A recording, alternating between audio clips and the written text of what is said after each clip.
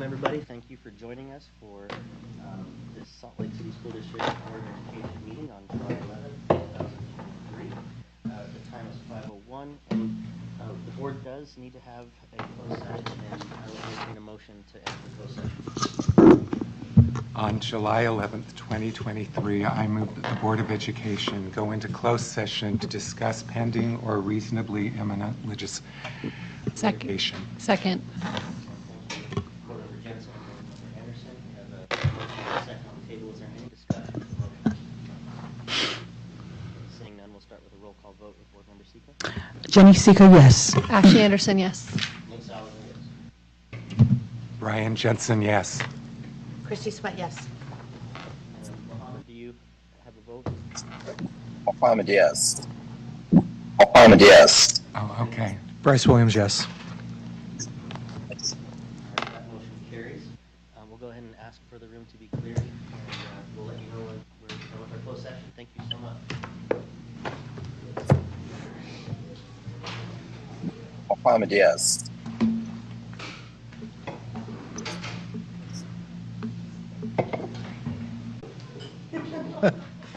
You okay with it, Dr. Hall? Sure, mine's turned off.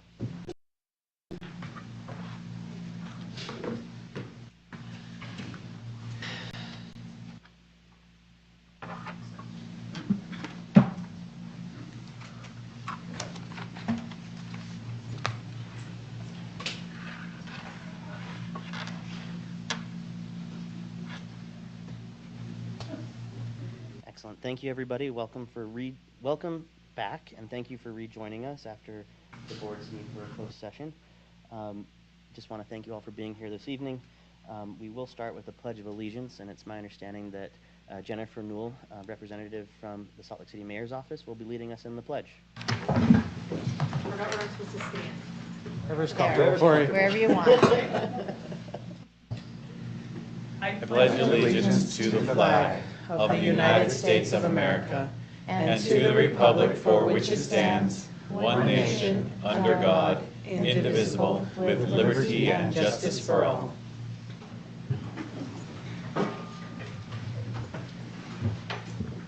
Thank you, Jen, for leading us in the pledge. We really appreciate that. I'd also like to take a moment to recognize and acknowledge all of our association presidents.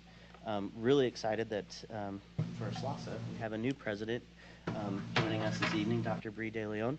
Thank you for joining us this evening along with your team. For SLEA, we have James Tobler and Mike Harmon. I'm sure they're watching from remote. Careful, Brian. You're like the fourth of us to do that tonight. With SLEOPA, we have President Whitney Favre. With our Transportation Local 6226, we have Cindy Davis, and then our Salt Lake Buildings and Grounds Association, we have Elio Campo, and then our President of Child Nutrition is Tanya Slaughter. Thank you for joining us this evening. Moving on, we will review our consent agenda, and I'd be open to a motion to approve. I move to approve the consent agenda. I'll second. All right. And we have a motion from Board Member Anderson and a second from Board Member Sweat. Are there any discussions relative to the consent agenda or questions? Seeing none, we'll start with a roll call vote with Board Member Anderson. Ashley Anderson, yes. Nate Salazar, yes. Mohammed, yes. Brian Jensen, yes. Christy Sweat, yes. Bryce Williams, yes. Jenny Sika, yes. That motion carries. Thank you for that. Now we'll move on to our request for speak. We do not have anybody signed up for our Mohammed, yes. request to speak portion, so we'll move promptly into our discussion agenda. The first item on the agenda is our Population Boundary Options Committee report and recommendations. Superintendent, I'll turn to you to introduce the topic. Thank you very much. We have Brian Connolly here, who has been leading our Boundaries Option Committee, who will be reporting out on the Options Committee's recommendations after spending the last number of weeks engaged in analyzing the data about schools, our elementary schools, all 27 of them, and he will go through the process he and the Options Committee have taken, and then provide some recommendations to the board. Thank you, Superintendent. Thank you, Brian. Board members, thank you for having me here. Fair warning, as I was just earlier explaining to Board Member Anderson, I have some temporary false teeth in right now, and so if listening to me no longer is endearing and becomes annoying because of my speech that as I try to learn to talk with this thing, give me the pull out the false teeth sign. And I'm not sure what that sign looks like, but give me a sign and I'll pop them out and try to talk through fewer teeth as we go ahead. Brian, I don't think you could ever get there. So thank you. All right, I'm going to do my best with this in because I'm better to look at this way, only a little. So, again, thank you for having me here tonight. Boundary and Options Committee is what you're going to hear some about, and the report and recommendations that our team made. First of all, let me get this. All right. With our Boundary and Options Committee, I'd like to start with our objectives for today.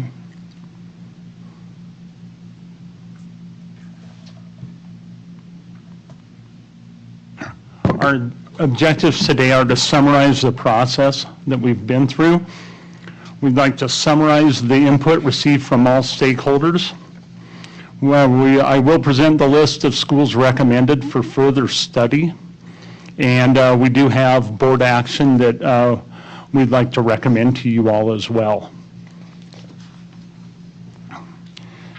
As we get going on this, the first handful of slides are going to contain some material that you're familiar with, but it really does give us a little bit of a set for summarizing the process of where we are so far.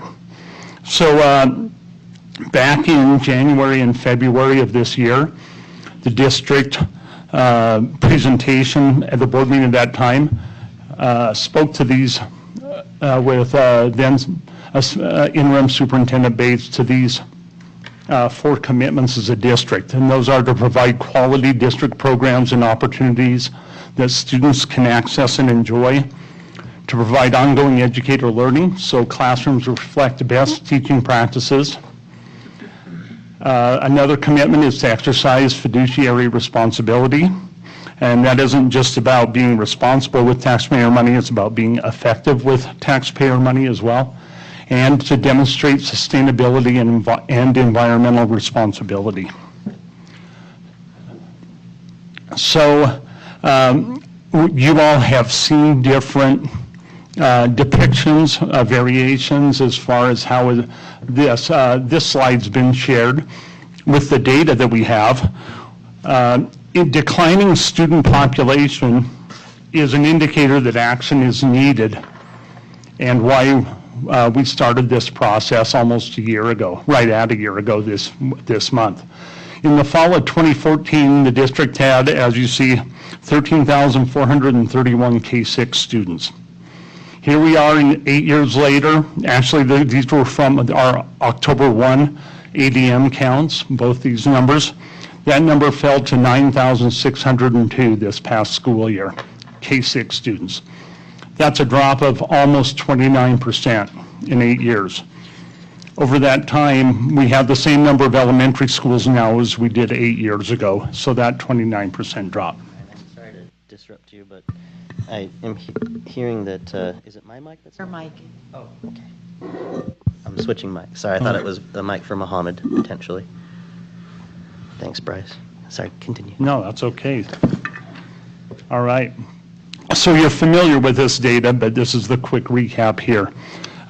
Moving on, you're also familiar with the areas here, and the district presented information to the board about the schools and student enrollment in these 4 general areas of our city. And the board recommended a study for all 27 elementary schools.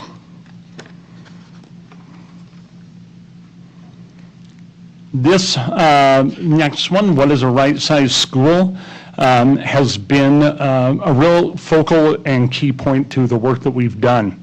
over the last year, and particularly the last few months.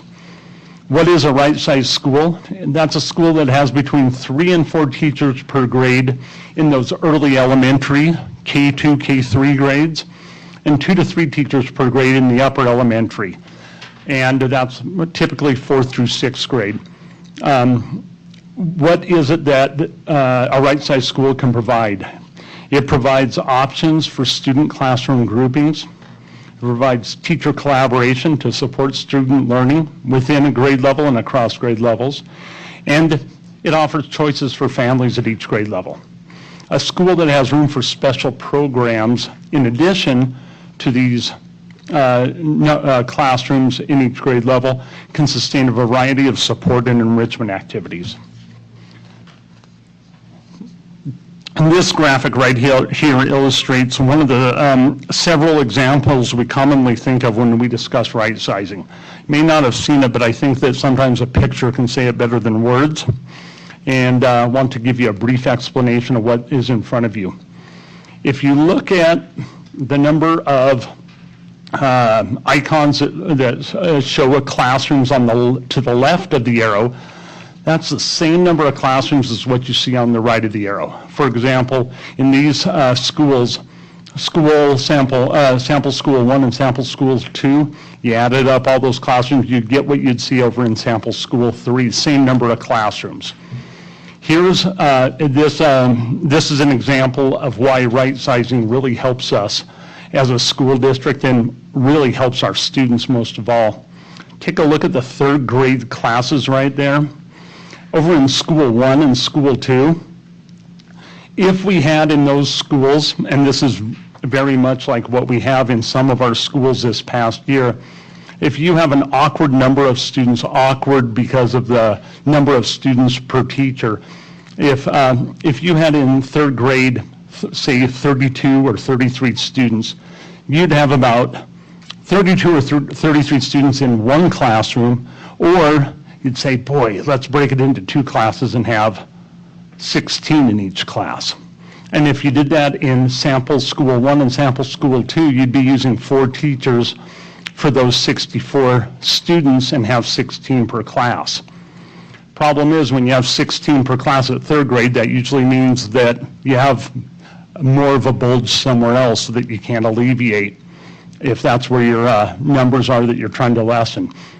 If we had sample school 3, we could take those combined 4 classes of 16 right there, which would be 64 students, and we could divide them up differently, and we could say, instead of putting 16 in each class and have 4 classes, let's put 24 in each class and have 3 classes.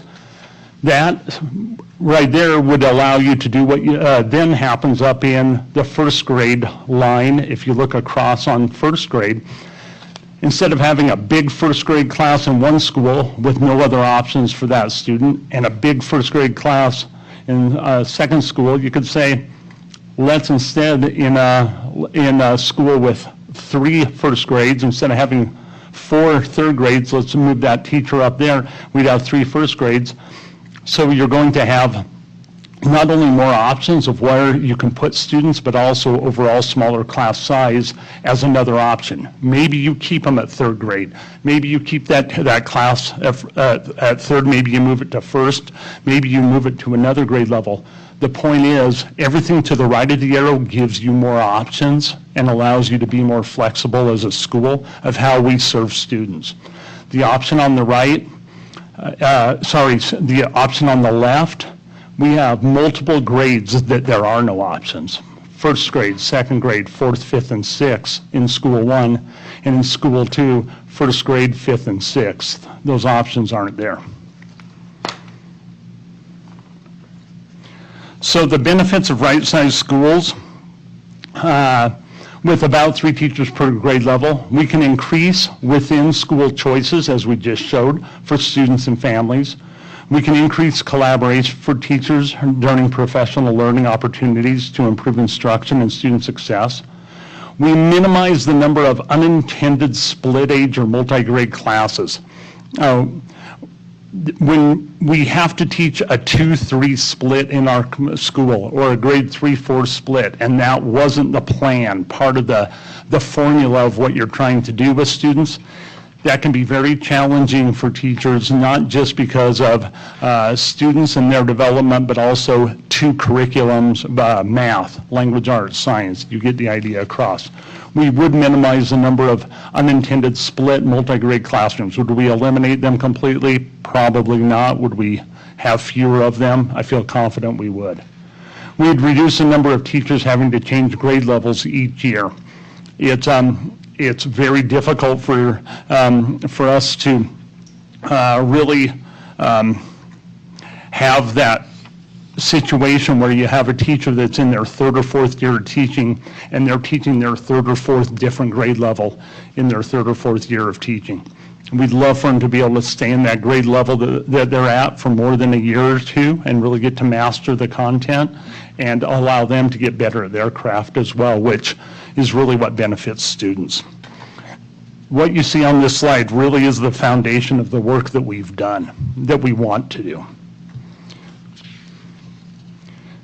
Right-sized schools also ensure space is available for these very important programs. Music, arts, special education support are examples. We increase the availability of specialized programs like dual language immersion, DLI, and we can promote a balance between our standard educational plan and things that neighborhoods say, here's something really important to us and we want to include it too, something unique to that neighborhood.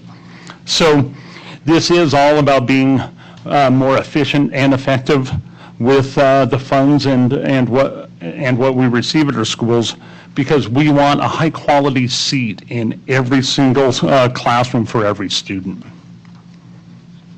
Right-sized schools offer more opportunities for support and enrichment that can be included in a building when you have more discretionary funds, more title funds, more land trust funds. You have more doors open for possibility there. Right-sized schools versus small schools, you have more parent volunteers and guardian volunteers and more neighborhood community volunteers to draw from in order to serve on SCC and PTAs and PTOs. We have schools, this is really important that we all have to remember, schools are funded on a per pupil formula. So a right-sized school does make a more meaningful difference using the funds that come to us. Smaller schools does not equate to smaller class size. Smaller schools means fewer classrooms. When an elementary school is too small, conversely, students and family choices within the school are compromised. Teacher collaboration to support student learning and success becomes more challenging. Efficient use of support educators is compromised, and a grade level if we see some ineffective classroom practices or results, that can greatly impact the grade level data when we only have 1 or 2 at that grade level. All right, so we're getting into something, now we're starting to move ahead with where we are, and the graphic on the left is familiar to you all. This is the graphic on our district website, and as we look at it and we blow up that top portion, we see we can put check marks next to those first 4, and I'd like to dive into those on these next couple slides. Here are our completed steps from July to 2022, so 1 year ago this month, until February of 2023. Information was gathered in the chunk of time between July and December of last year and presented to the board regarding possible long-term school closures and potential boundary adjustments based on considerations outlined in the administrative procedures in G5. In February, that official study list by you all included 27 elementary schools and was approved for study. March through June, this work that's been happening most recently, I met with each school community council in person or on Zoom to their liking and what they had established, and I shared the district's process. I took notes regarding those questions and comments. you're seeing those notes in your binders, and I know you received those last week or within the last week, and that's the start of something we'll talk about a little bit more in just a moment. I returned to each school and met with the principal and SCC chair to share notes. I said, okay, here are the notes that I took at the meeting. Do they look accurate? Did I forget something? Should I emphasize more one point than another? And the SCC chair and the principal were able to really say, yep, these look good, or Brian, beef up that part right there. A lot of people talked about this issue or that issue. And so I corrected any notes I took, and I also gathered additional input that may have surfaced. We had some people who, even though they didn't make comment during the SCC meeting, they came to the principal, the SCC chair, to someone they felt comfortable with 3, 4, 5 days later and said, hey, I've been chewing on this a little bit. I've been thinking about it. We need to also address this issue, or I want to bring up this concern. So I took that information, and we held 4 community meetings as well to share the process and gather questions and comments. The meetings were live streamed and recorded. I'm glad we did that. We didn't get the in-person turnout that I would have liked, and we have a couple ideas of how we can beef that up for information sessions in the fall. But we did record them, and links to these recordings were posted on the district webpage. We'll talk about that on a slide, next slide. At each meeting with our SECs, I demonstrated how everyone could share their input with the board through the online form, through the button clicked. All told, hard to get an exact count because a few people left a little early, a few people have busy lives and popped in when they could in the meeting, but about somewhere around 700 to 800 people attended those 58 meetings. And good news is, even though not a ton of people could attend in person, more than 300 viewings of the online meetings have been had, so not too bad there either. So when we look at the big picture, what our stakeholders told us, what you have in your binder, I want to give you a 50,000-foot view first before we really start to talk about some of the themes we saw within the notebooks that you have. But the big picture that we saw here was that so much of what parents, teachers, community members really wanted to focus on was about student-centered positive concerns and comments and questions. They focused on learning communities of those students, families, and staff. You can see some of the words. The bigger the word on this word cloud, the more times it was mentioned. So you see words like students and kids and children. Those are words that look bigger on here because they just got mentioned more times in the papers that you have. Again, big 50,000-foot view here. They shared what they loved about our schools and staff. Look at things like teachers, pretty big letters up there with words like great and amazing that accompanied those. And we saw things about the importance of having safe schools and comments that were so positive by and large about staff. All those words that you see circled up there are just examples of what we saw, and right front and center, the two biggest words, students and community, really did matter to the stakeholders and through the notes that I collected over that 3-month period.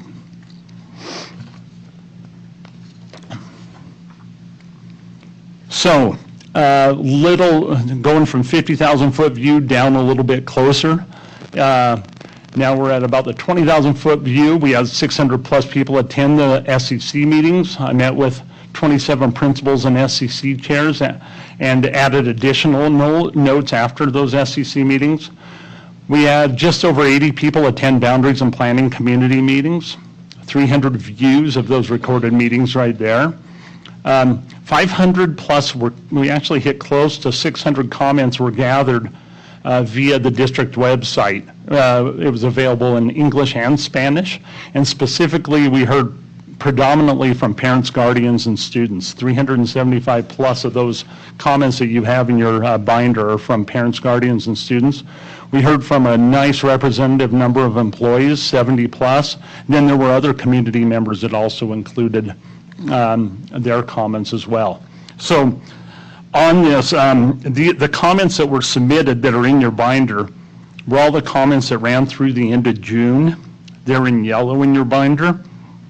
You're going to get updates periodically for comments submitted after on that. You can still go online, you can still enter it. I saw just even today there was a comment or two added to it. So periodically you'll get another group of colored paper and you can put it into where it belongs in the right spot in your notebook and keep it updated. And we're going to talk more about that in just a minute as well. But all told, really these meetings that we had, 58 meetings, provided some very valuable and significant insight into feelings and issues that the community wanted all of you to be aware of. I know that through this process there was this question of, can we get the comments sooner? Can we start looking at them?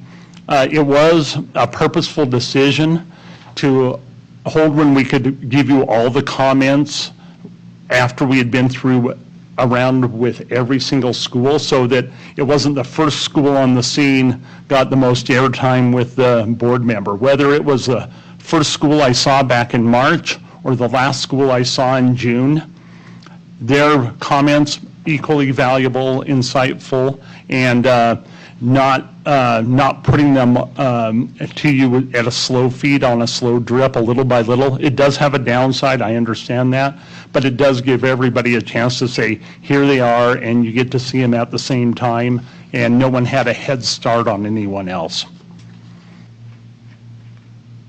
So we also were zooming in a little bit closer, and there were also some concerns and questions shared in those that I could really group, and here were how some of them were grouped from what I saw. This might not be exact wording, I've paraphrased, but I've tried to capture what it was that the questions and comments were that I heard multiple times at multiple community meetings. So this wasn't just one school, one person saying this. This was across all 4 areas of our district. We heard things like, hey, in areas of our city, mobility as a family unit and modes of transportation are concerns.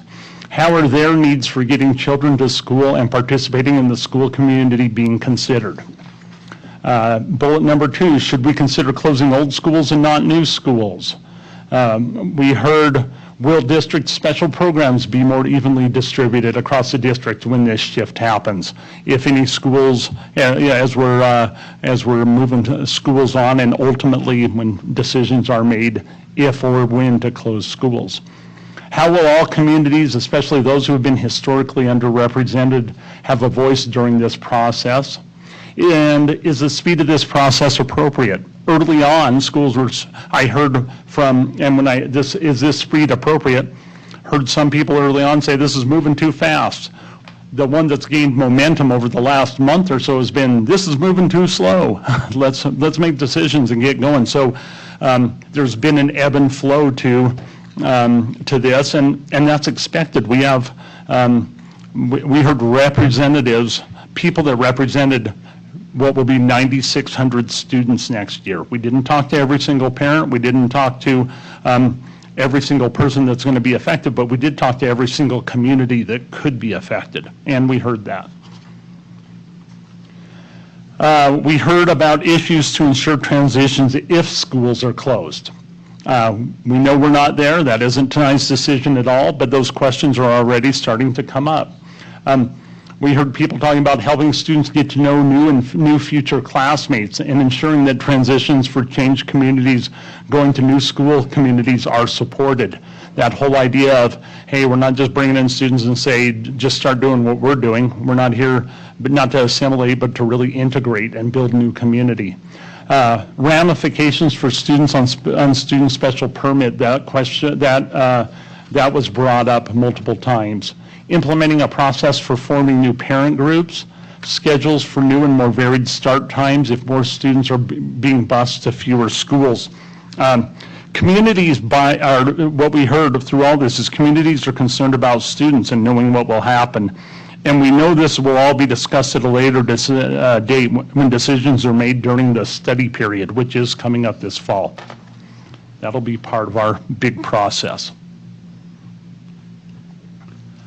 Some district level next steps if schools are closed include these. We'll outline our communication strategies to ensure everyone has access to timely and accurate information. We will define human resource services process, make it really clear and explicit to determine how employees are placed if a school is closed.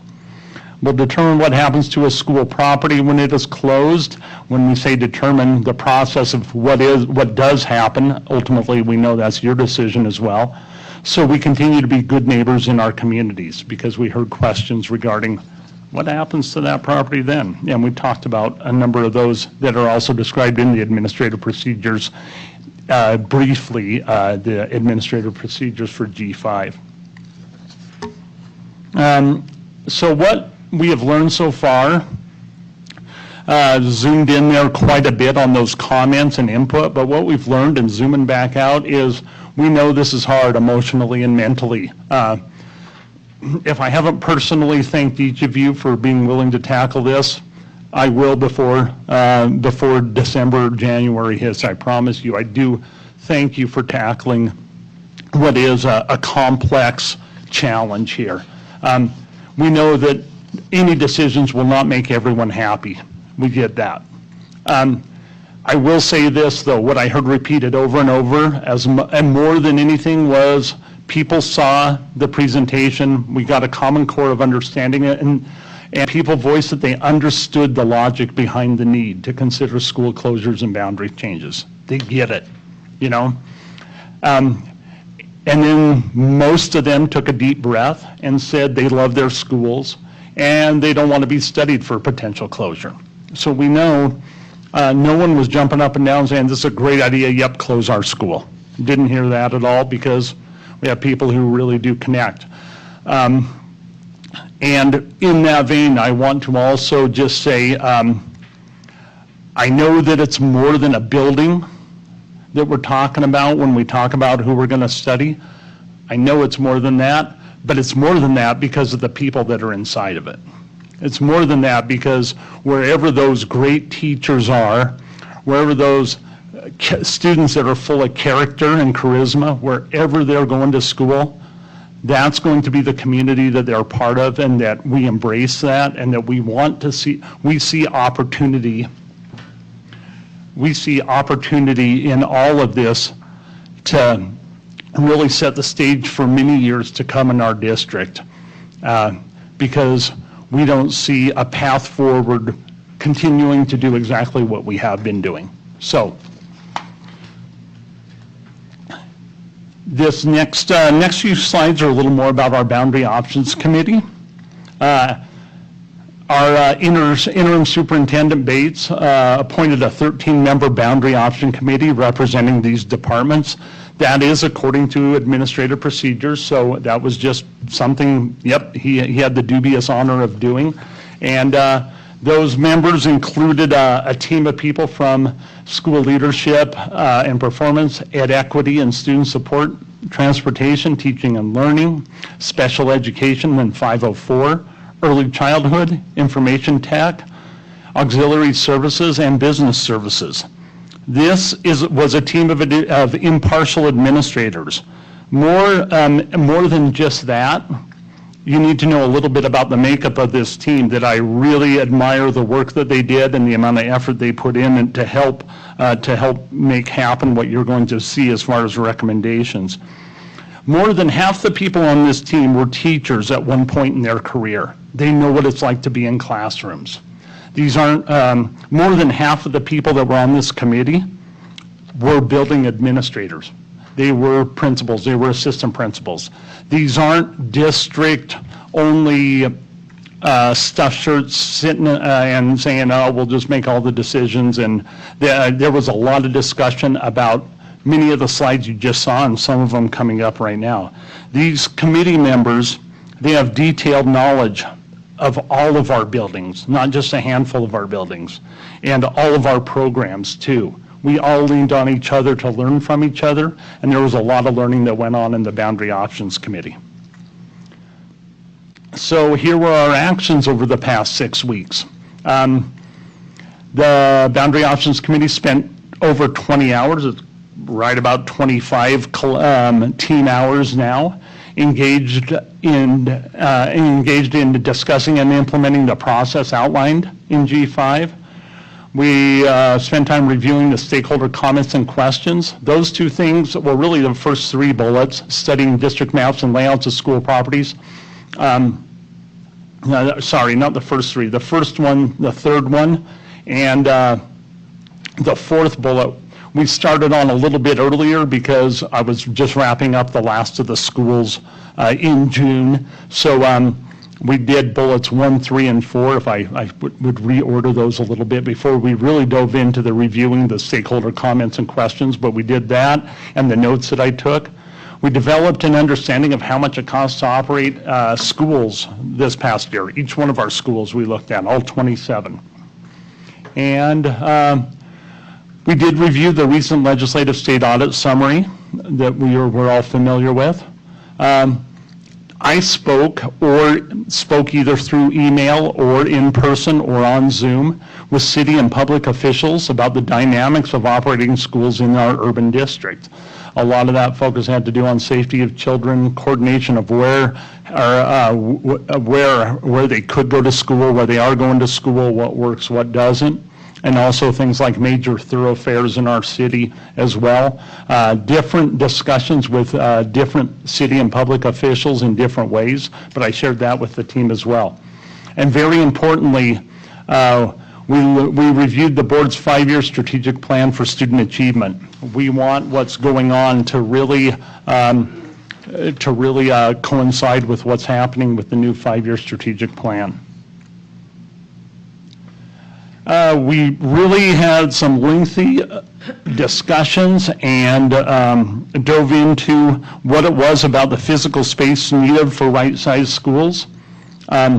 We all believe on the Boundary Options Committee that it'll be important for schools to have adequate space for those 3 general education classes per grade levels, what we talked about earlier, music and art classes, neighborhood ELP, which every elementary school right now has, magnet and extended learning program classrooms, any sort of magnet program, but those ELP there, those other programs that like hub schools, special education programs, essential element classes, resource classes. We talked about those. We talked about the growing number of pre-K classes we have in our elementary schools. That number is so much higher than what it was even just a handful of years ago. So we talked about really having the space for that. We talked about some of our schools are built for loaded to the max number of bodies, not workable, but 550. We have a school as many as 700 that it was built for. It wasn't like all of our schools were built for exactly a certain number of students. So there was variation even within all of our schools, the schools that have been around for a while and the schools that have been rebuilt. And then schools, as we discussed, we debated, and we shared what we knew, and we ranked schools on these criteria because these are the criteria found in board policy administrative procedures. Safe, reasonable, simple, and cost-effective were those criteria. And in safe, we'd start looking at the considerations that had us looking at all 27 elementaries. We talked about, for example, safe walking routes, avoiding major thoroughfares. We talked about things that we just can't move, like freeway divisions in City Creek Canyon. Those are going to be there. So what does that mean, and how does that impact our schools and where we have schools? What was reasonable was things like school enrollment trends, not just how many students are enrolled in the school, but how many students live in the boundaries of that school. How many students go to that school? How many transfer in? How many transfer out? School capacity and number of classrooms. We have one school with I want to say it was 25 or 26 classrooms. We have another school with 38 classrooms. That's quite a range, 26 to 38. ADA access considerations. Some of our debate was, does ADA access consideration belong under safe or reasonable? We see that it could go under either or, but the important the important comment that I want to make on that is it was considered. It wasn't something, whether it was considered here or there, those kind of considerations were made with the members we had on the team. Simple things like proximity to other schools, feeder pattern proximity, audit recommendations, demographics which will change when or if boundaries change, and the community input. Not that any community input itself was simple, but being able to read through it all and look at it and start to summarize goes there. And what was cost effective? So we looked at those different rankings. And again, every school, all 27, were discussed and options weighed multiple times. 7, well, we even met as late as today, 7-8 meetings, 25 plus hours of team time. A lot went into this with people who know our schools well and know the craft of teaching and learning well. So our conclusions were this. After all the work we did, after all the discussions, everything that happened, and after ranking all 27 schools, we discovered that there was a notable break in that distribution.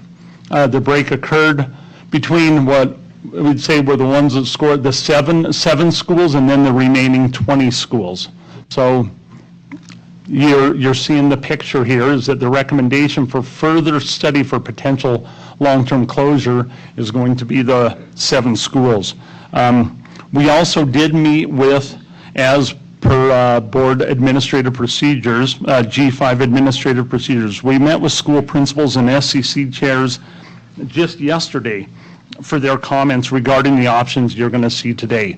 They saw their school and are they being recommended for further study for possible closure, or are they being recommended for further study of possible boundary change? And those were the blue sheets I think you all have in your notebooks. You're way ahead of me. You've already put them in your notebook, and I haven't. Nate, you got to get yours in your notebook. All right. I've been reviewing. All right, good. So we did include those notes from yesterday's meetings right there as well.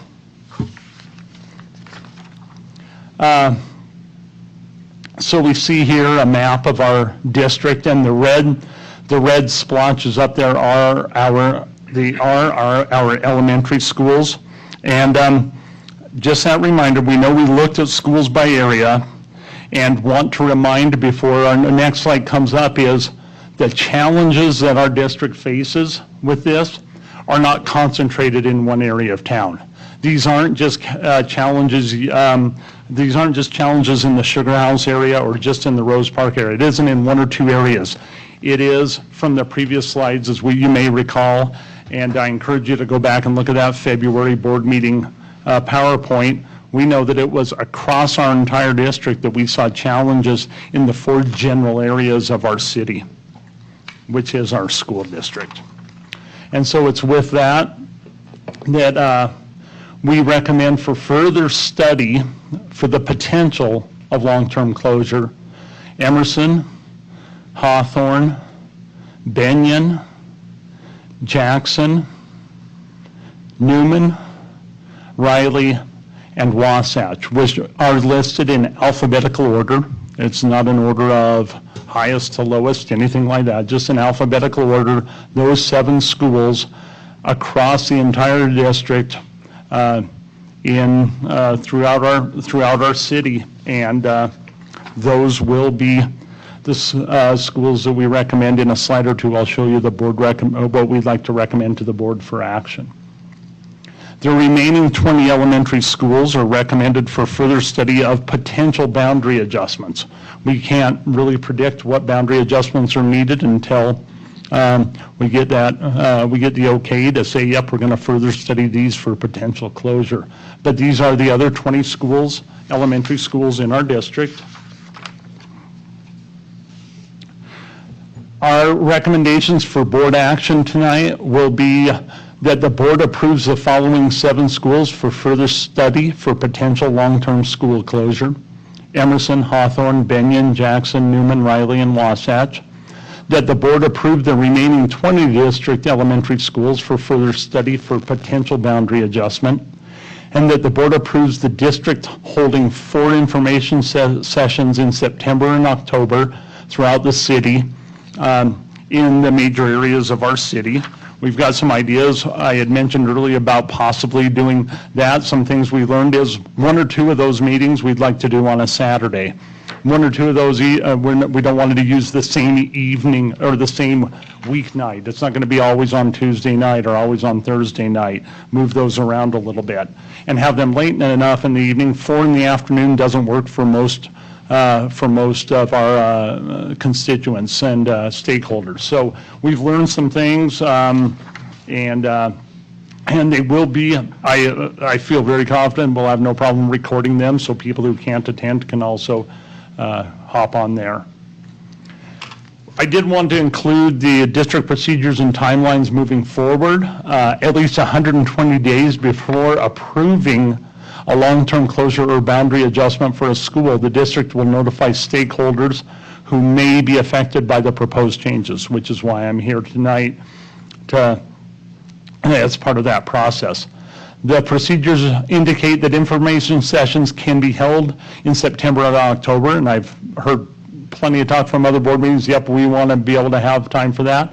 There are also 2 public comment periods that will be on board agendas in the 2 November board meetings, and a public hearing will be held in December. So there are those other opportunities moving forward. This gives you an idea of what that will look like and what's in Administrative Procedure G5.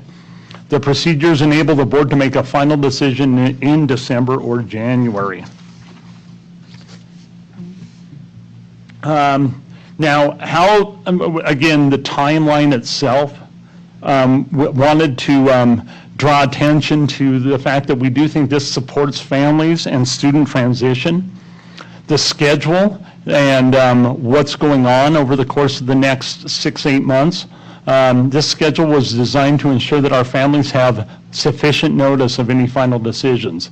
This will ensure they can learn about their school programs, transportation, and services before the end of this school year, this coming school year, and then they have the time and information needed to prepare for the following year. Because, as it says in italics below, our goal is to ensure that families and students feel welcome, included, and valued in every educational setting. To me, the real meaningful work, the really purposeful work decides when decisions, whatever the decision is made.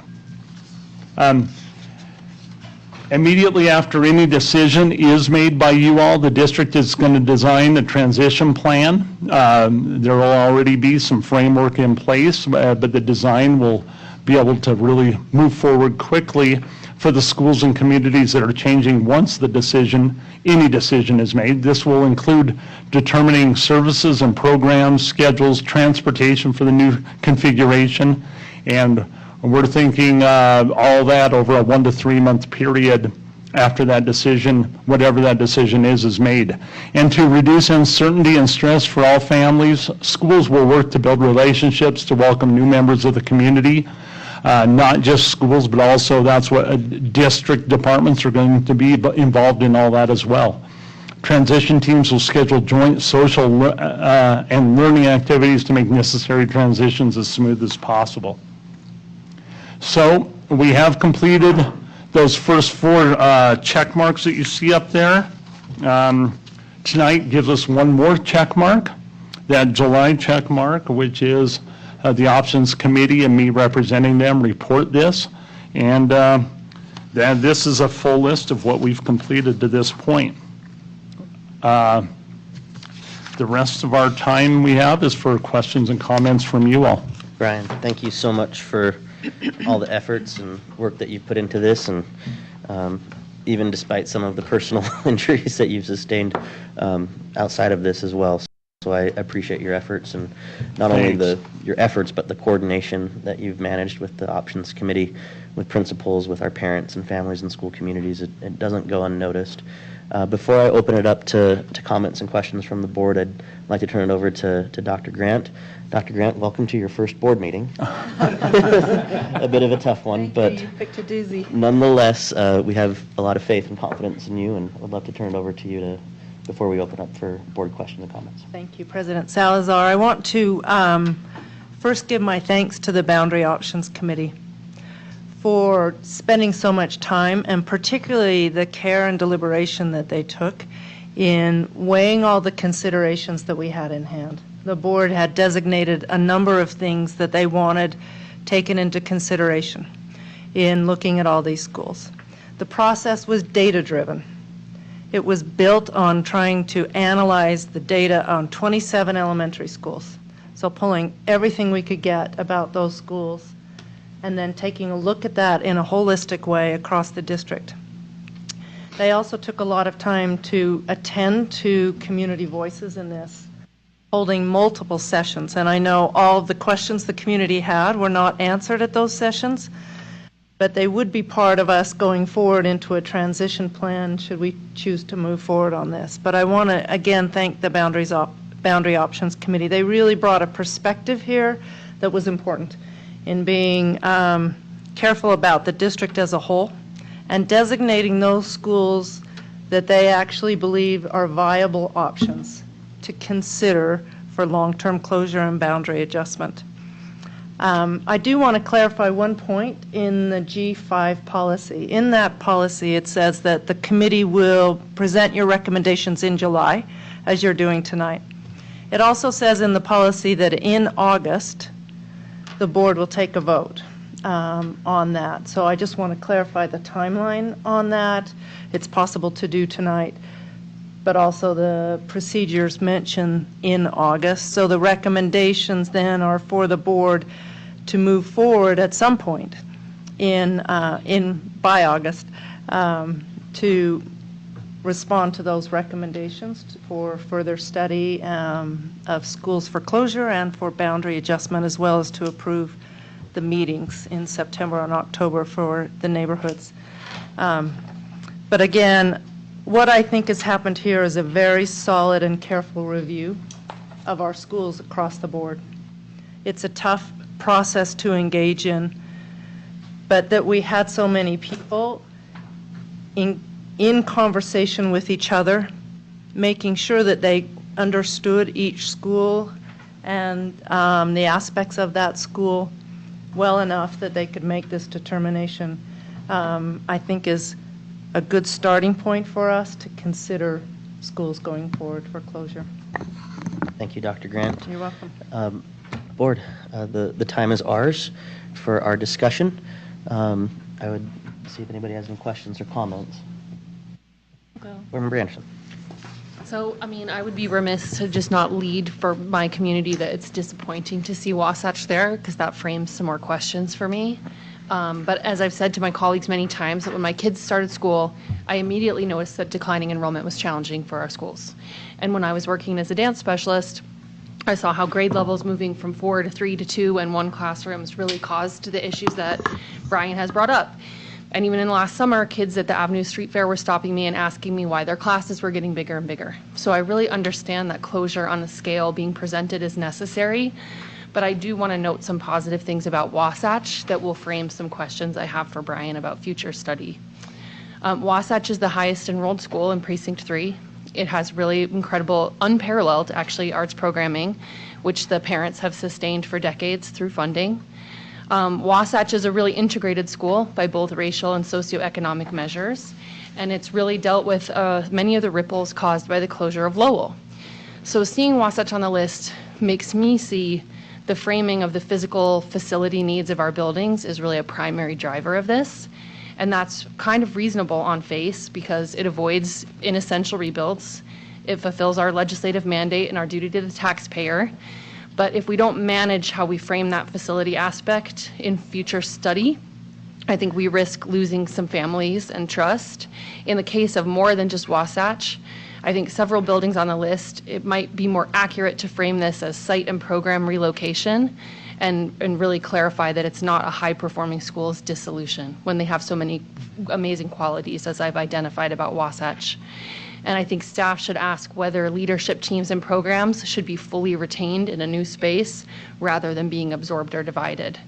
And one thing that does give me pause looking at the list is seeing that the district's most affluent areas are untouched. And as Brian pointed out, the full district needs to be right-sized. So I'm curious how other boundary study would get certain areas that aren't touched by this on the list to the metrics we've identified. I just did like a little back of the envelope math. I can't fully see it and would like more information about it. And I wonder if it's that suggestion that's been floated, over time of shifting to K-5 that would make the big change. And I think if K-5 is kind of a linchpin in whatever these recommendations are for study, we really need to be upfront about that now so we're not having rolling changes for families. So to put a fine point on it, my 3 big questions are, does this list actually make us solvent for the metrics we've identified? Do facilities and capital funds drive the lion's share of the decision making? Because if they do, I think that's easier in many ways to explain to families for whom this would be very painful. And does the list require an immediate consideration of K-5 simultaneous to the recommendation for closure? Thank you, Board Member Anderson. Are those questions that you'd like answered now or in a future time? If he can, I think it depends on how we shape the future meeting. If we want to resolve questions today and vote, like on consent in August, then great. We should answer them now. And if there are things that need to be thought about and discussed in other ways, and then they come back in the August meeting for us to further discuss and vote, that would be totally fine as well. Superintendent Brian, have thoughts? I think it's worth what you have in hand, Brian, that you're able to answer on those, providing some information now. Sure. Have it, if you have it. Yeah, I think I can start to address some of that. I think, as you said, this list presented is not a list for closure, it's a list for further study, as you mentioned, and that the study, those future study sessions, study meetings will help us dive more into specifics. One of your first question was, does this list make us solvent? We do believe that in looking at this, it's a very complicated, it's a very scenario because we know students, when they come to our schools, they don't come in nice, neat little packages of 20 or 25. And so when we start talking about things like moving boundaries, and we start talking about things about like what it looks like in each school, we give some ideal about 3 to 4 classrooms per grade level, but you might have an increased boundary area that only has enough for 2 classes of second graders or 2 classes of third graders instead of 3 or 4. And the school may be, from the neighborhood population, may only be a population from the neighborhood of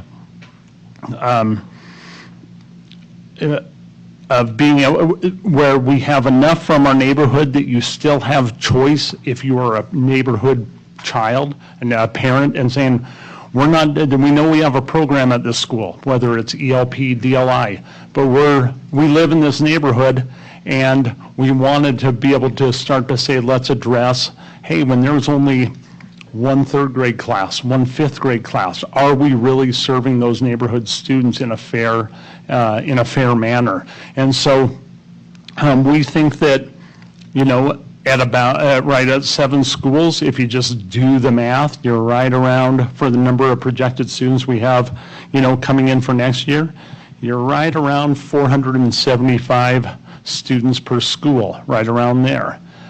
We know we're not going to get exactly that number at each school. On top of that, we have the complications of some schools are built for fewer students. Some schools are built for 550, some 600, some 650. Our average school is built for 612 if you took all, and when I say built for that many, I mean a very, very, very max. And as our committee discussed, we need discretionary space as well in there. So I do think that the number of schools would make us solvent over what the projections are for the next 5 years. To go much past 5 years, I think can get, we sure didn't, in 2016 see what was coming in 2020 and 2021. So it's hard to reach out much further than that. But so I do think that this whole process, and this is our first time really through it, and boy, we're doing it in high style here with a whole lot of discussion about a lot of schools. In the future would be about talking about a school here or a school there, not multiple, maybe 1 or 2 schools at a time, not up to 7, 8 schools. So I do think it would make us solvent in that particular way. You asked about, do facilities alone, are they the only thing that play in here? They just have a greater. Do they have a greater? I would have to dig into that more. I don't know if it's greater. Obvious, it's very apparent and there. But then where facilities do collide with also our current enrollments, nearly every one of our schools we talked about some of those other schools, with the exception of when we look at Bonneville, Uinta, Dilworth, Beacon Heights, Indian Hills. 4 out of 5 of those schools have 385, 390 or more, and most of them in the 400s, neighborhood students. So that robust neighborhood already presence there means, yeah, we're going to be able to get a few, we're going to be able to get more classes per grade level in a school that has 400 neighborhood students than in a school where there's only 200 neighborhood students. So we weren't looking at trying to, that part of the consideration wasn't we have to evenly space out where this happens. We had to look at the considerations that were given. No one consideration made it for a school or didn't make it for a school. It wasn't, one didn't make or break a school, any one consideration. But it was a combination of all of them and saying, what do we have here, and where do we have schools that we think moving forward give us the best options to serve about 430, 440 or so students, maybe as many as 475. Where are those places at that we think we can do that without having to move a ton of students, but also give those neighborhood students options, but also have our special programs that are so important to our district with hub schools, ELP, programs that can move, and that's not a decision we really tackled as far as where would they move, because it was more of a, yep, we know special programs can move if we need to move them. The question on K-5, what you brought up, at many of our of the multitude of meetings, nearly 60 meetings, multiple times, the question that came up was everything from why do we have some K-5 schools? Why do we have some K-6 schools? We even have a K-8 school or two.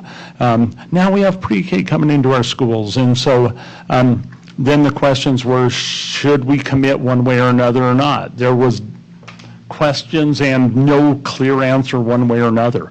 That wasn't part of our charge with this committee to decide that.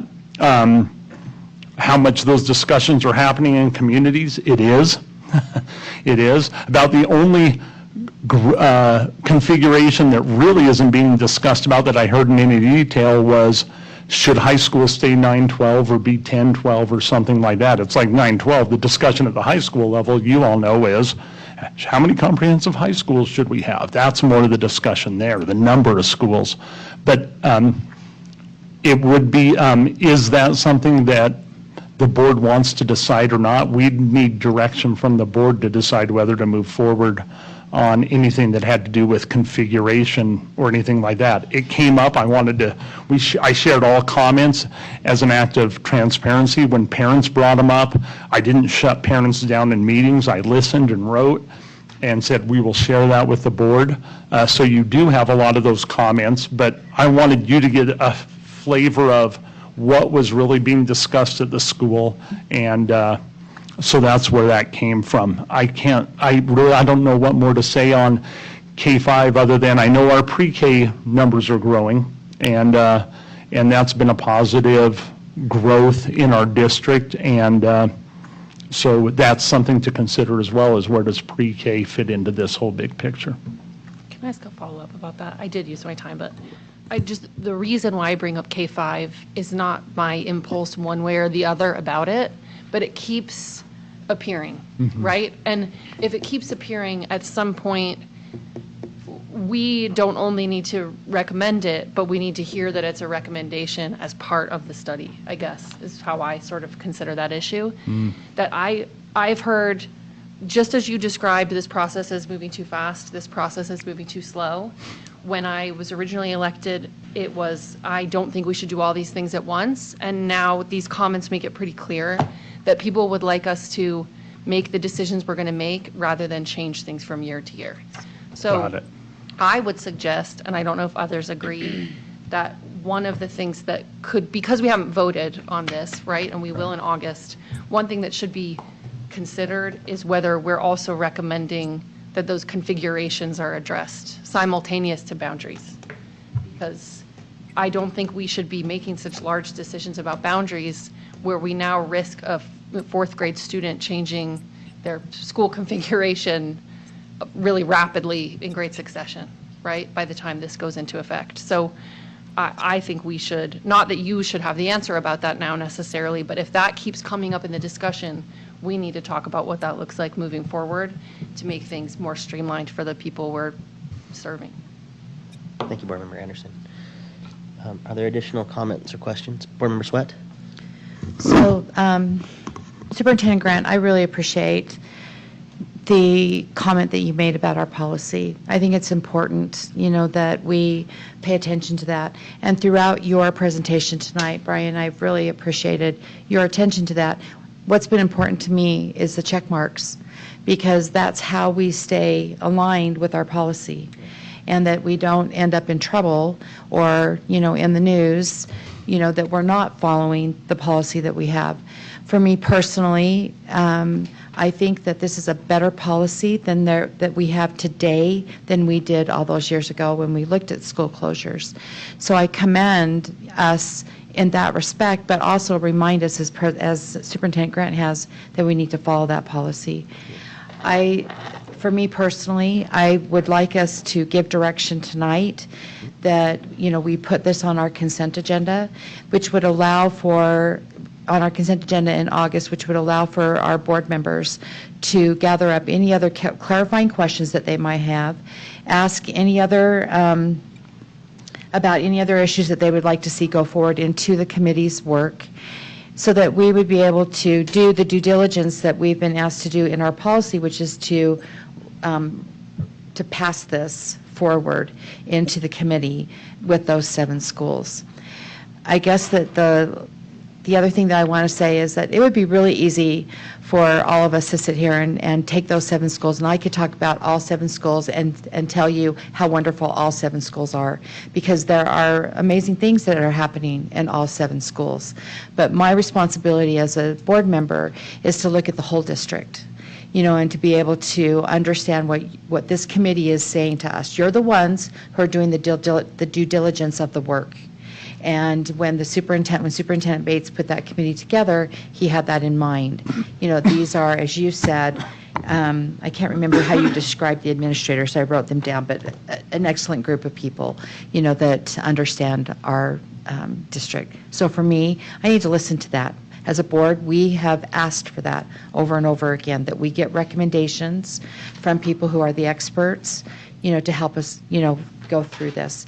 But at the same time, I want to make sure that I'm asking the questions that I need to ask so that I really do understand the process that we're going through, why the 7 schools, were chosen, how we go from that on the fiscal end of it, because I have lots of financial questions, that are rolling around in my head.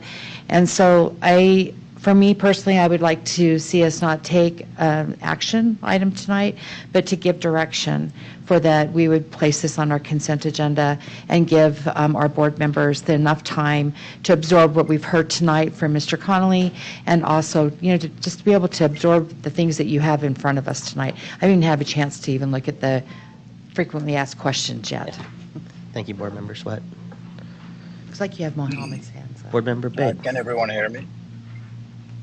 Okay, excellent. Can everyone hear me? My son in the car just said yes, you can hear. Okay, excellent. Yeah, so my son in the car just said yes, you can hear. You raised your hand. So, can everyone hear me? I don't know where to even start. So my son in the car just said I don't know where to even start. Because I knew schools are how to go about this, because I knew schools are coming for closures, and we needed this to happen because of the requirement how to go about this, demographic decline, because of financially being fiscally and financially responsible here. And when I saw the schools,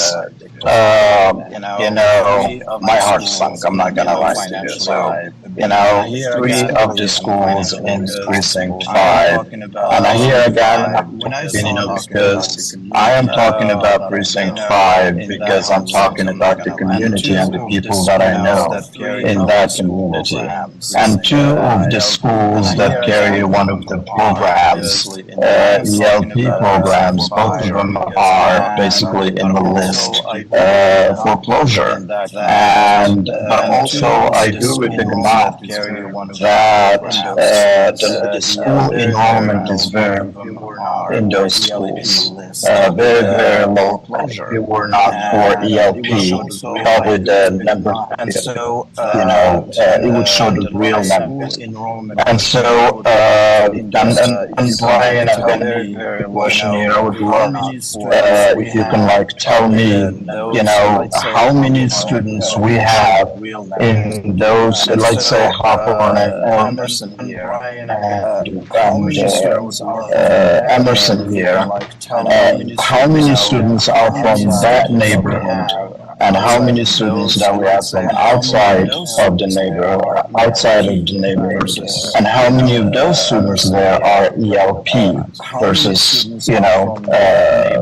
regular programs? Students that we have from outside of the neighborhood. Thank you, Board Member Bide. I have some of the numbers. I don't have it in front of me, so I'll share with you what I have. Don't have ELP specific on here. These are October 1 counts, so the numbers I'm going to give might not have been exactly this come March, April, or May, but October 1 of every year is when these official counts come from. And so it is consistently that. At Emerson, the number of kindergarten through 6th grade students that reside in that current school's boundaries. So if we as a district were just like every single student who lives in your boundary, those are going to be the kids that come to your school. You don't get any choice whatsoever. We know that's not the case, but it was a number that gives us a starting point of where students are, what neighborhood schools students are in. The number of K-6 students residing in Emerson's current school boundaries as of October 1st was 295. I want to double check. I better put on, got false teeth and I need glasses, and how old am I? Okay, so 295. Now the number that was currently enrolled as of October 1st was 468. So 295 in their boundaries, 468 enrolled. They do have 2 special programs there. They have a hub program and they have an ELP DLI extended learning program combined dual language immersion program there. So that's Emerson. And the other one you asked for was Hawthorne, is that correct, sir? Hawthorne? Yes, Hawthorne and Rock well after that. Hawthorne is 212, residing in the current school boundaries. Their current enrollment is 363. Again, that was as of October 1st, 363. And Riley, we have 277 that are, hold on, I had an asterisk for a reason. Oh, that does include, that's also, Riley has kind of a funky boundary with, it's almost like a split boundary. Some of their students are to the west of Mountain View. Most of them are right to the east of Mountain View. There's just a few students in the west of Mountain View. So that 277 includes everything from the boundary right around the school plus that other pocket over by Redwood Road. And then their number as of October, the number as of October 1st at Riley was 212. That's how many were attending. This just in from reporter Kindle, ELP Emerson, 113 ELP students in Emerson. 31 of them come from that in boundaries, within the Emerson boundaries of the number I gave. Outside of Emerson boundaries, 82 of the 113 that were not Emerson boundary students. Hawthorne has 159 ELP. Outside of Hawthorne boundaries is 139 of the 159. Yeah, Thank you. Brian, for, They've got a crack eye team over there. I appreciate it for giving me those many. But I would be remiss also if I do not thank you and your committee for the detailed breakdown of all the work you all have done to help us see the bigger picture here. And my community is going to be very, very frustrated, and rightfully so. We know this is going to be a roller coaster of emotions because these schools have been here for so long, and communities understand. They feel like a tight family, and that is, going to be. I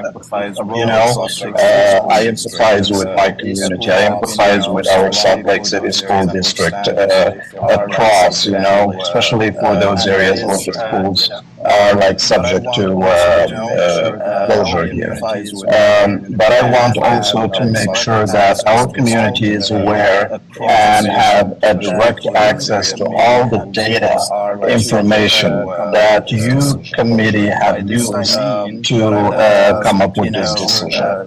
By this I mean,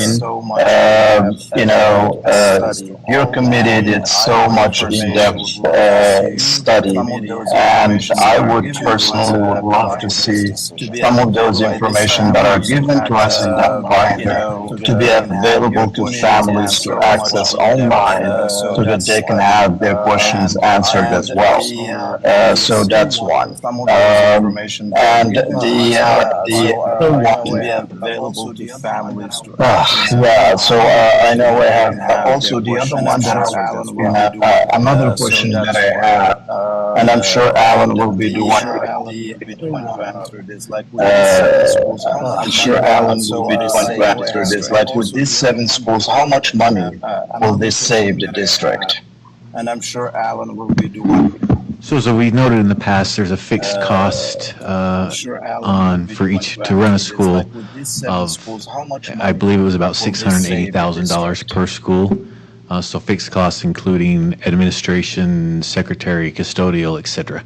So on average, $680,000 per school. And I want to make sure that I like, people are reaching out to me. And I want to make sure that I sincerely, people are reaching out to me saying they can't hear me. I sincerely apologize. I am in the car, traveling from California, and that's why the reason you can't hear me. I'm sure you know. Afterward, you can go into the recorded version, and you can upload and listen to it, and you'll be able to hear me that better. So one other question that I have. Okay. Mohammed? Into the recorded version, and you can upload and listen to it, and you'll be able to hear me that better. You froze there for a second, but so one I was other also going to let question you know that I that your have, time has elapsed, and I'm willing to I defer some minutes of my appreciate it. Thank you so time for you much. Thank to you. keep asking. I appreciate it. Thank you so much. Thank you. All right. So from the city, I'm sure you know. From the city, I'm sure you know. If you reach out to City Council or Mayor's office, you will be able to obtain some current information about the demographic changes within those within the parameters of those schools that have been recommended for closure.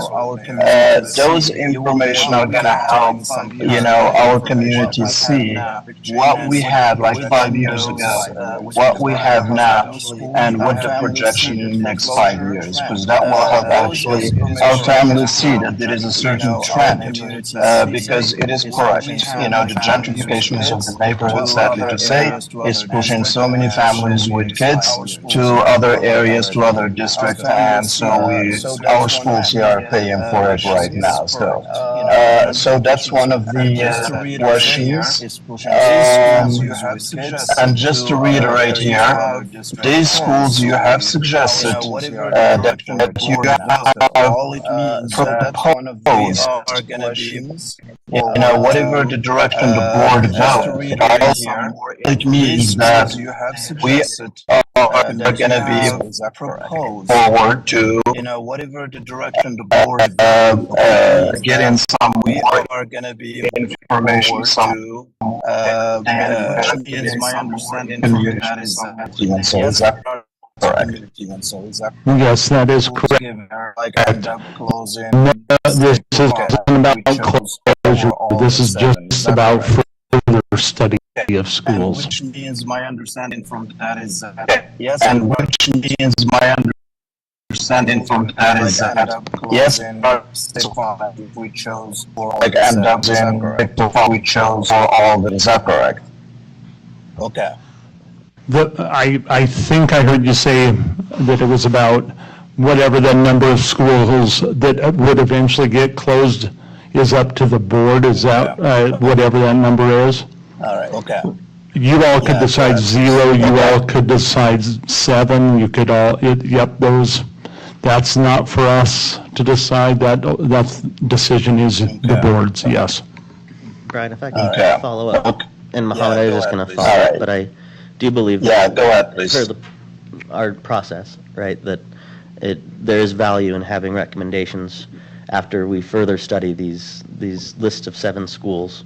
But it really is our determination to say yes or no to whatever those recommendations are. Thank you for, so that's the way I see it as board president and as your colleague on the board. And one more thing, I could be wrong, Superintendent or Brian, but we have a lot of work to do between now and that time frame. We take into consideration. I appreciate that. Thank you for giving some input in there too. And one more thing, that's important for me is we take into consideration the emotional challenge our kids are going to face when they transition from one school to another. So we talk about COVID, this is going to be worse than COVID for those kiddos, because not just for kids but also for families, because there's going to be an anxiety of into those areas, to new areas as well. So we need just something else as a board. We should really do transition here. That's why I really appreciate it. Do transition here. But I really appreciate it, and personally, I hope and I wish there is something couple more schools that I could see in there that will like allow me to see a bigger picture, than just the current schools that I'm seeing. That's my 2 cents here. Thank you. Thank you, Board Member Bade. Board Member Jensen. Well, first of all, I want to thank you, Brian, and, well, the entire Boundary Options Committee. I've gone to several of those SCC meetings that you held and went to one of the community ones at Clayton. And to me, one of the things that was critical there was we were following the policy and the procedure that we had established. And to me, that is essential, that we are observing our policy, following our procedures. One of the things for me, I have to rely on the work that the committee has done. I haven't been on this board very long. I've only been on it since January. So when we're talking about some of these things, I don't even have access to some of, well, I do have access to it, but I don't know that I do because I don't know that it's there. An example of that would be back in November, before I was on the board, there was a student distribution report that was provided. And I mean, that's very helpful, as you're looking at these things. But for me, I'm unaware of these resources. So I have to rely on the committee using all of these tools that you have or reports that you have. You sent out a memo on like the 6th of January or the 6th of July saying, okay, we're going to be getting a report in our discussion meeting. And in that bolded, it said, these recommendations are for the best results for, and I mean, I'm paraphrasing this. I wish I had the report or that letter in front of me. I did, but of course, as soon as I pulled it up, it left my computer. But in that, what you were stating was the recommendations that you are making are to provide the best quality education for every student across the district. So I'm relying on you and those options that you're providing. To me, it's not my job to be saying, well, That's okay. time. I'll give you a minute, Brian, if you like. Okay. To me, it's not my job to be saying, well, okay, what about these schools? What about those schools? Because I didn't have the information that you have. My job is to take what you have given and now look at it. And that's why, for me, I really feel that it is necessary. Okay, if we put it on the consent agenda, that's fine. Board Member Sweat talked about that, Board Member Anderson, but I need more time now to go back and digest all of this and try and find some of those resources that I'm not familiar with so that I can make a more informed decision.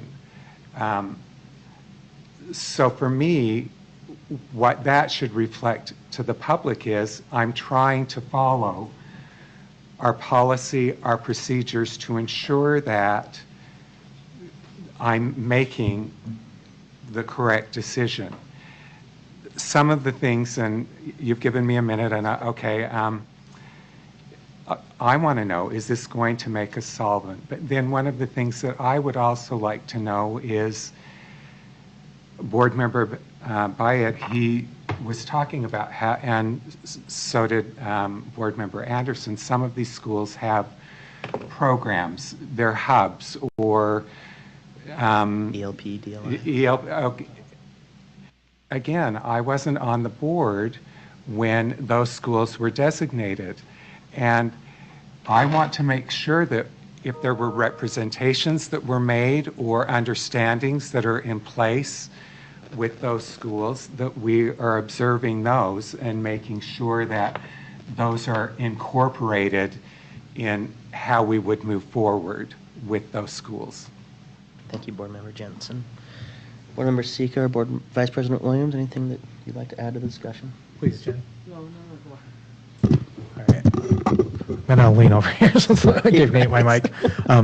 As folks around this table know, I don't like to repeat things other board members have said, so I'll just first of all say yes to everything everyone has said. The one thing I do want to reiterate to the community members who are here today and who are listening online as well is that this is, whether tonight or August 1st, this is really about options. It's not a final decision. I just want to make sure folks know that. I'm getting a few emails of coming in folks asking clarification on that, so just wanted to share that out. Thank you, Vice President Williams. Jenny? Okay, thank you so much. I think for me, similarly to my colleague on the leadership team, Vice President Williams, I don't need to necessarily repeat anything that's already been said. And I'm glad that I am in a position to say that, because all the things that I thought about leading up to this evening and to this discussion, Brian, Superintendent, and community, and my colleagues, has been stated. It's yes, it's going to be hard. We have responsibilities to fidelity to our process and to our policies that we've adopted. And the thing that really sticks out to me in everything that I've heard is I have a note here in front of me which says, remember the goal. And our goal is about our students. And to hear that sentiment from the seven of us, from the committee, from the superintendent, from the charts that you shared with us, and what parents and families and students are saying themselves, we're on the right track. And yes, this is going to be hard. It's going to be emotional. And Christy, to your point, we all love our schools, and that's what makes this so challenging, because we're connected to them. And so I just want to commend this board. I want to commend the community. I want to ask ourselves to be kind to each other, to lean into some patience as we work through a really long process. And I think it's long on purpose so that we can capture a lot of the things that we're talking about here tonight. Board Member Bade talked about the impact this can have on folks emotionally, and that's a real thing, and I think that means a lot to us, knowing our stances on SEL and our efforts to try to bring more social workers into schools, and all the things that are here tonight in this discussion are representative in a lot of the work that I feel like I've done in the last 4.5 years. And I truly believe that our fidelity to this process moving forward brings us closer to our goals that we've set as a board and as a district and a community. And so I think the more that we can work together to make sure that students have the best possible outcomes for their futures, we can't go wrong. Yes, it'll be hard, but I think we're on the right track. So I want to thank you, colleagues, Superintendent Brian, the Options Committee, all of our parents who participated in this, site administrators, Slasa in the back, thank you so much for being representative here tonight. So thank you. I really appreciate that. I think the other element, I'm hearing some mixed signals about, do we put it on consent, or do we want to have a more robust discussion in August? I think that's something that we can talk about more offline, but if the board would want to give me some nods on that while we turn the lights on and we can see each other. But so we'll just, I just wanted to put that out there. I could say something about that. If there's a method by which I think, Christy mentioned this, that we could ask more of these, like I asked Brian a lot of questions. He answered them to the extent possible, but probably more work would need to be done to dig into some of them. If we have a mechanism, between now and August 1st to talk to Brian, I think it's okay if it was on consent, because we could all do that work ourselves. This impacts all of our areas differently. We have very different questions than each other. And it, saves us from duplicating this. Yeah, and also just to keep in mind that we still approve consent with a motion and a second and robust discussion as well, just like we would any other motion, per our own policies and what governs our meetings. So I think it's up to us. I don't think we would lose out, if that gives us time and opportunities that you're mentioning, Board Member Anderson, but would also want to hear from some other folks as well, if that's the case. Board Member Sweat. So one of the things that I appreciated that Mr. Connolly pointed out in his presentation is future meetings. Yeah. That these 4 quadrants, of looking at those let's say it was Rose Park, Sugar House, Glendale. and Avenues downtown. Right. kind of- And so for me, once again, even though we may be asking questions to get clarifying information or just being able to absorb the information that we got tonight, to be able to pass that into the committee, which then would come out in the community meetings with the conversations that we're also having with the community. To me, I think it's important that we have these conversations together. Yeah. And I want to have them in board meeting also because that's our due diligence, right, in an open and public meeting. But I think that where we misstepped in the past is that we didn't have, the community input that needed to be done. Recommendations were made that were ignored. And I think that I see us on the right pathway right now. And so I appreciate what Board Member Anderson has said and everybody else, that you recognize the good work that's been done according to the policy, for us to wait until August, put that on our consent agenda. We have the ability to have a discussion, in our, at that time, but also that our recommendation to you, Superintendent, is to make sure that those questions and some of the concerns are being raised in those 4 community meetings. That's also a part of the presentations, that are being done, so that our communities know that we're listening to them. So they may not be able to go up to the mic, maybe they're afraid or intimidated, then it needs to be something that Brian knows, okay, here's a list of things that I am going to talk about tonight in these community meetings as they gather and then make a recommendation at a later date for the board. Thank you, Christy and Board Member Anderson. And Vice President Williams, you feel like we have enough to talk about that with the superintendent in the next agenda setting? Okay, thank you. All right, is there any further questions, discussions on this particular topic? Okay. Thank you again, Board. It was a brilliant discussion. Brian, thank you again. We can't thank you and the committee enough for all of your efforts, and Superintendent, thank you as well. Again, a doozy, as you said. It wasn't too big of a doozy, but it's tough. There's no doubt about it. Moving along to our next agenda item, this should be a pretty quick discussion other than the calendaring element of it. As you know, we've been through a lot this last year. Vice President Williams and I, when we assumed leadership for the board, talked a lot about the potential of a retreat. And so we kind of, we talked about that. We all agreed that it would probably be best to wait until we had a new 2-year contracted superintendent. Dr. Grant, you are here. And so Vice President Williams and I thought it would be best to throw out a date for a potential retreat in August. And the date that we're looking at right now is Saturday, August 5th. 3rd? Did I get that wrong? Fifth. Nope, Fifth? it's 5th. I had it. Okay, thank you. Yes.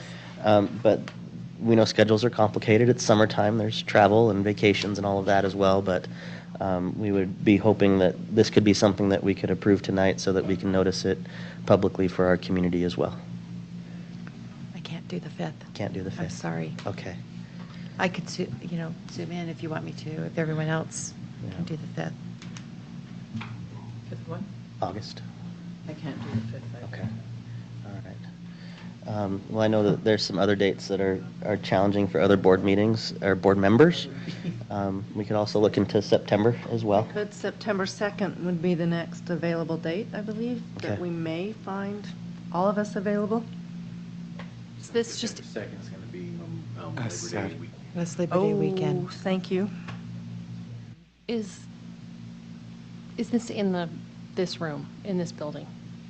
It could be, like the, Has to be within. It Has to be need within not the- be, but within the Salt Lake City boundaries. Okay.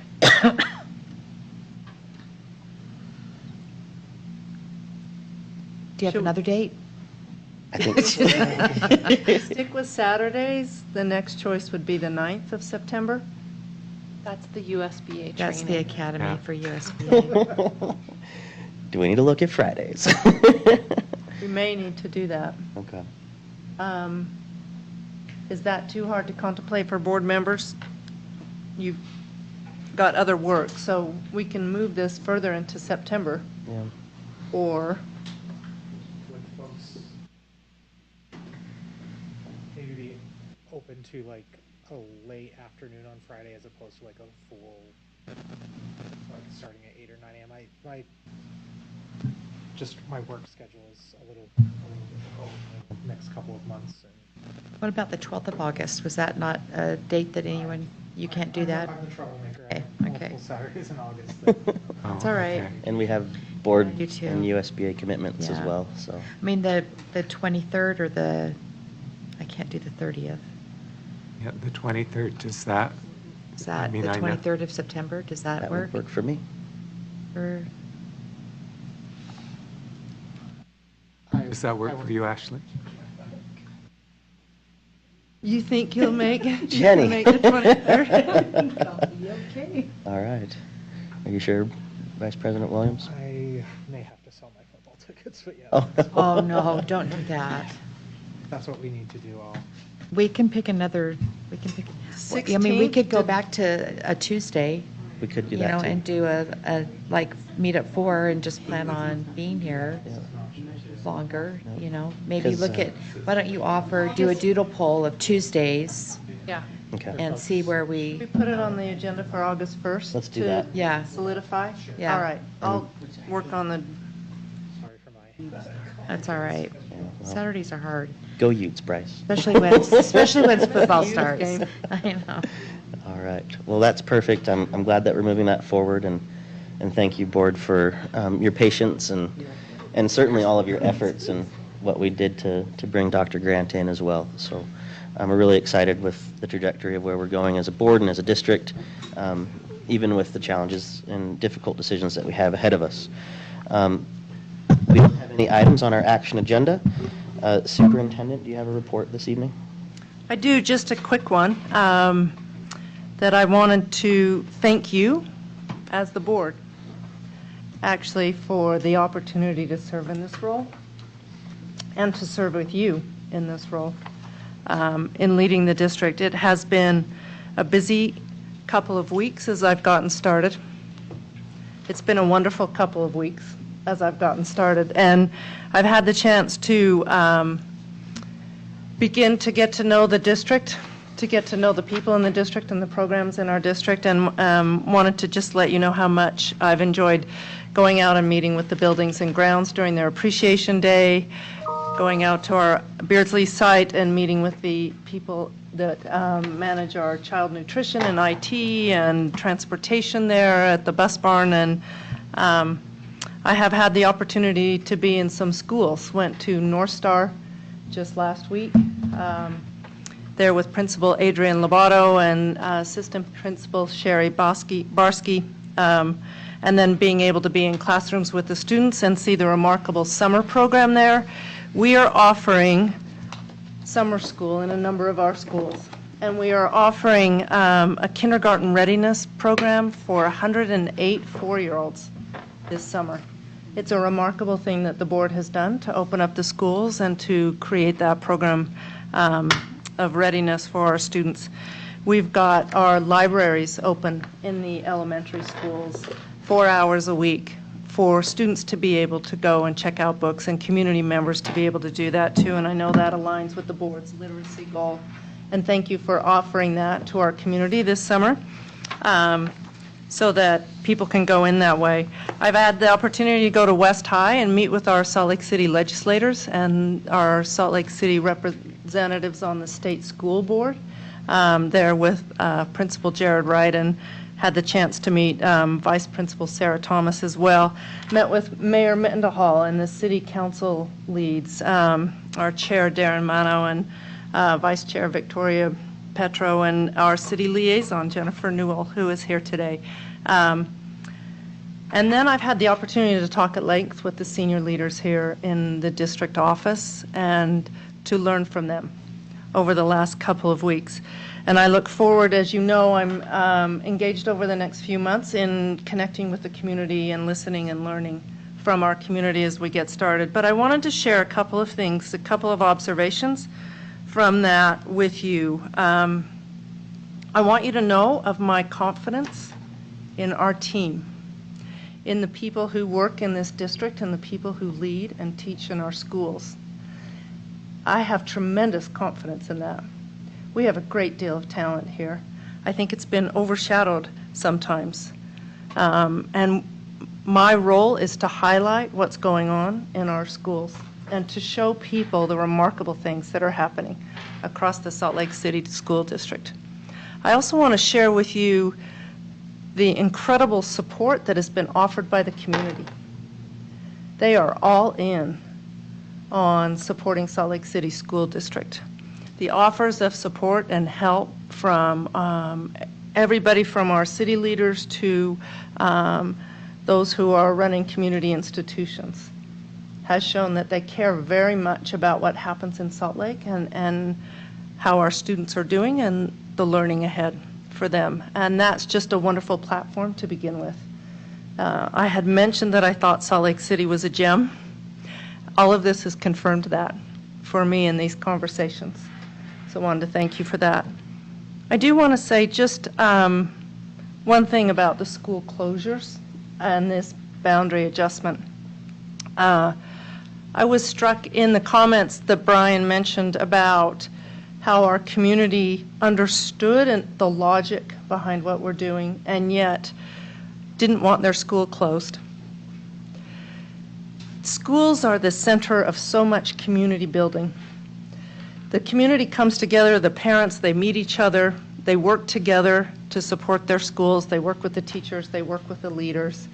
This is about creating a community there in a geographic space. I think what's important to think about, and I have thought a lot about this because I was principal at Lowell when the school board decided to close that school.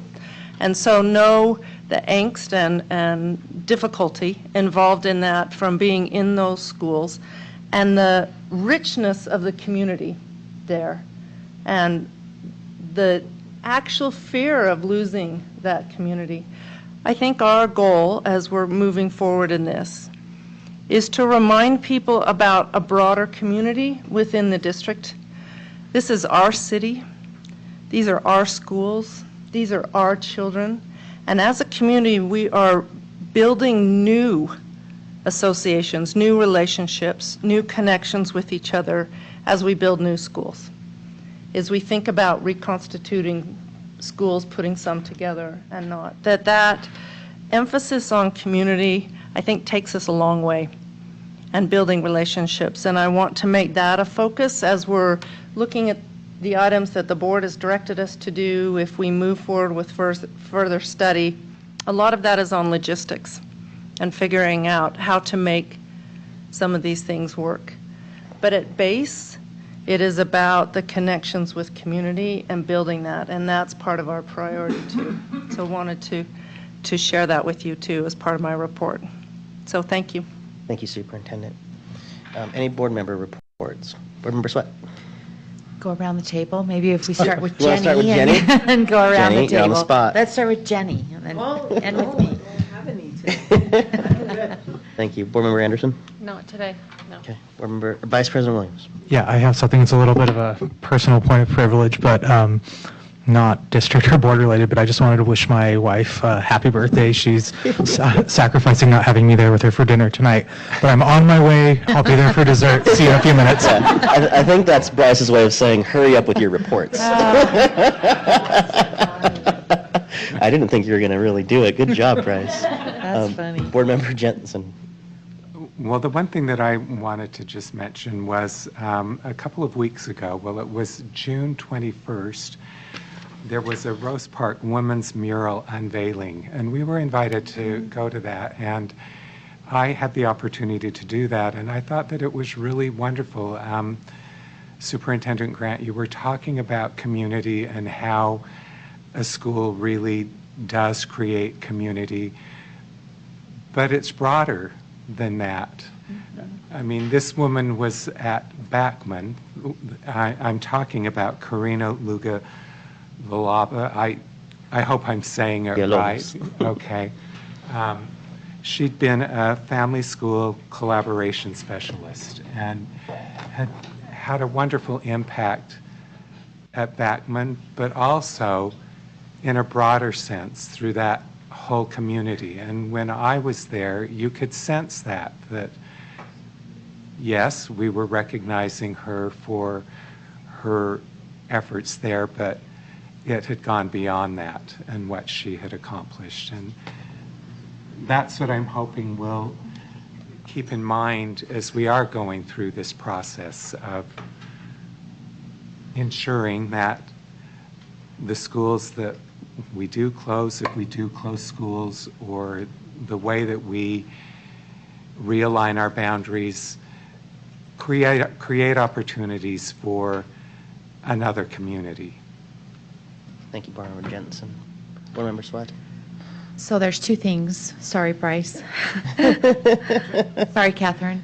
I want to just jump off of what Brian's saying. I think that when you go through difficult times, that we need to find the gems that are within there.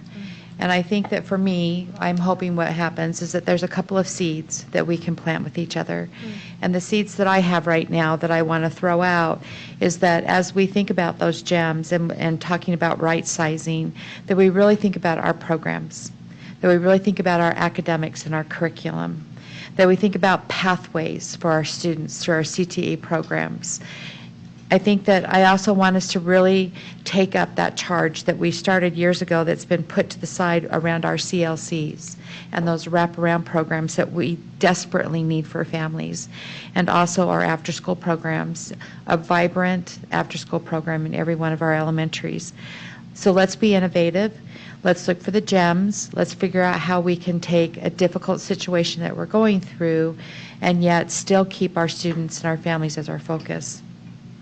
The second thing I wanted to talk about is I have this really great opportunity to have a Monday call once a month with states through the national school boards. And one of the things that we talked about this past Monday was about teacher retention. And the things that are happening in other states are no different than they're happening in our state. And so some of the things that I want you to also, again, think about as we go into this legislative session and we're talking about JLC priorities, which I think are super important. But I think the teacher retention, it's an epidemic across our country, that every single district is having a hard time getting teachers.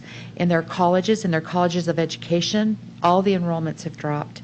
So these are the things to think about, is that we have to stay competitive with our salaries.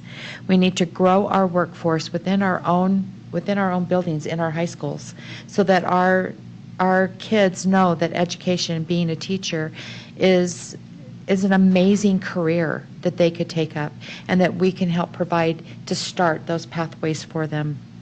I think we need to be innovative around the old adage of career ladders, because that's what everyone's talking about again, is what do career ladders look like for our teachers, so that they want to stay with us, that they are a part of Salt Lake City School District, because we provide those stepping stones for them to make their career a bright spot in their life. And then I also think, Ashley and I talked about this a number of months ago, we have got to figure out a way to lower the number of accountabilities, the measures, the initiatives, the obstacles of why people don't want to be teachers, because they see it as a job that's underpaid, but yet so much on their plate. So I thought and that's what came from those conversations. Isn't that amazing, the organic conversations that you can have? And I just hope that we continue to do that. Thank you, Board Member Sweat. Board Member Bide. First of all, I want to say thank you for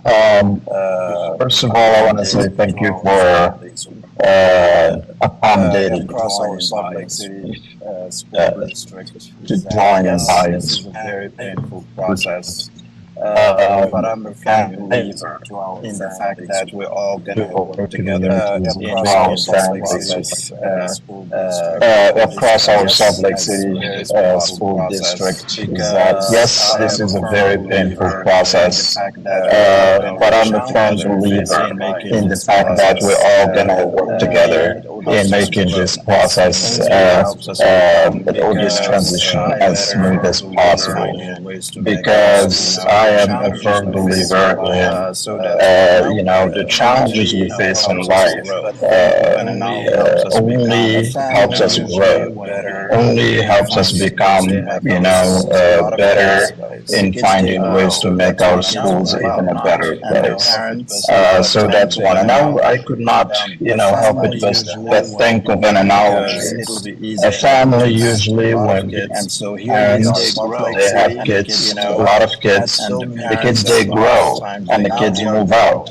And the parents, a lot of times, they go ahead and downgrade the size of the home because it'll be easy for them to manage. And so here we are, Salt Lake City, had so many kids at once. Now they are growing. Now they have gone. And now we are going to have resizing. So we can make sure our district's health continues to be at a better place financially, and also in terms of providing the best education we can for our kids. And so that's personally how I see it. And we're going to work together. But meanwhile, our community, you've elected us to be in this office, vent on us, okay? You have my permission to vent on. And it is one thing also that I'd like to just give a quick report here in Arabic to the community to understand here what we talked about today in terms of schools. إخوتي أخواتي اليوم تحدثنا عن المدارس التي يمكن ربما أنها سوف تقفل مؤبدا، والسبب في ذلك هو أن هذه المدارس نسبة التلاميذ الذي يوجدون في دوائرنا هي انخفضت كثيرا، ولهذا السبب اليوم أعطينا 7 مدارس، ولكن هذه المدارس الحل من أجل إغلاق هذه المدارس لم يكن محدودا بعد. فبهذا أودكم وأسألكم بأن تتصلوا بي إذا كان عندكم هناك أسئلة فيما يخص هذه. والغرض كله في هذا هو أن نتأكد بأن التلاميذ وأطفالنا لم يتوصلون بدراسة مهمة. Thank you, my friends. That's it. Thank you, Board Member Bade. Please drive safe. I'll be very brief for Catherine's sake there, Vice President Williams. But just to be a little more explicit on a couple of things that Superintendent Grant shared in her report. Board leadership, including Board Member Sweat, who represents the RDA for our board, had the opportunity to meet with City Council leadership and Mayor Mendenhall and various staff members, including Jennifer Newell. And really, we didn't have an agenda other than let's just have some breakfast and get to know each other.